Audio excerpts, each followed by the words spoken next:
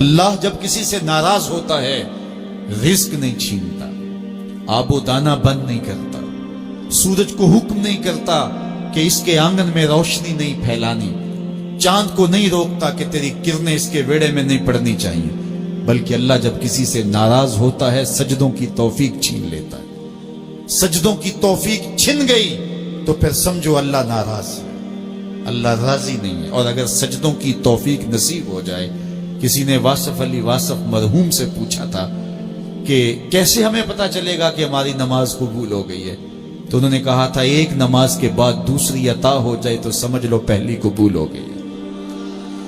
تو نمازوں کا نصیب ہونا یہ اللہ کی رضا اور اللہ کی خوشنودی کی دلیل ہے، اور سجدوں کی توفیق کا چھن جانا یہ اللہ کی ناراضگی کی دلیل ہے۔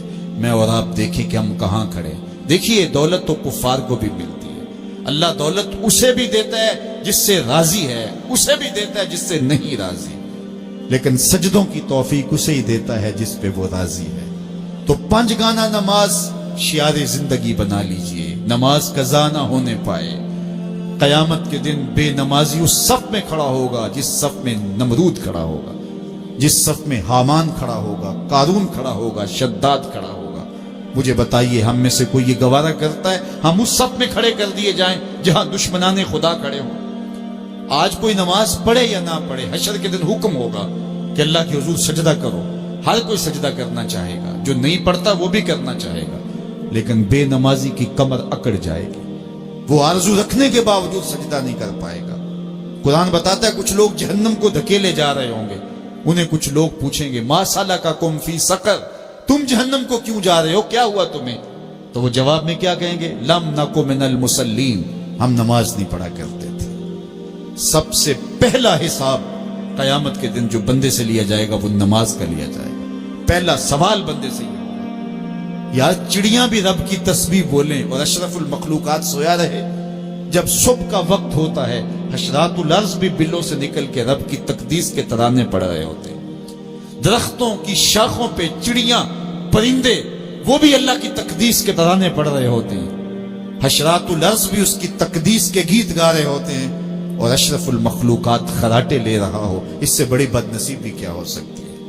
آئیے 5 گانا نماز شعار زندگی بنا لے۔ اس مجلس میں اگر کوئی بے نمازی ہے تو آج عزم مصمم کر کے یہاں سے لوٹے کہ آج کے بعد نماز نہیں چھوڑوں گا، اور اگر آپ 5 گانا نماز کی عادت رکھتے ہیں تو آپ کو مبارک ہو، لیکن یہ عزم کر کے جائیے اپنے گھروں میں، اپنے اعزاء و اقرباء اور اپنے دوستوں میں اس زور سے تلقین اور تاکید کریں گے نماز کی کہ وہ پکے نمازی بن جائیں گے۔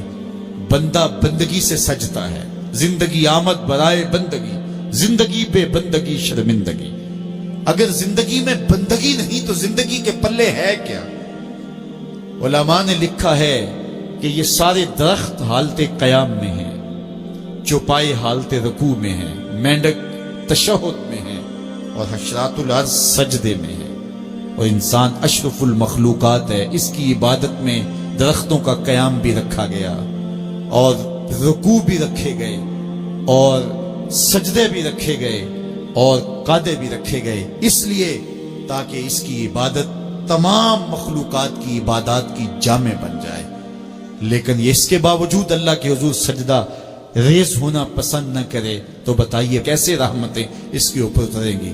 خوش نصیب تو وہ ہیں جو 5 گانا نماز ادا کرنے کے بعد تہجد بھی قضا نہیں ہونے دیتے، سجدوں سے اللہ کے حضور حاضری پیش کرتے ہیں۔ سب سے زیادہ بندہ اللہ کے اس وقت قریب ہوتا ہے جب سجدے میں سر رکھا ہوا ہوتا ہے۔ انسان کے اشرف اعضاء اس کے سر میں ہیں، بولنے کی قوت زبان سر میں، دیکھنے کی قوت آنکھیں سر میں، سونگنے کی قوت ناک سر میں، چکھنے کی قوت زبان سر میں، سننے کی قوت کان سر میں، سوچنے کی قوت دماغ سر میں، اور سر مالک کے در پہ۔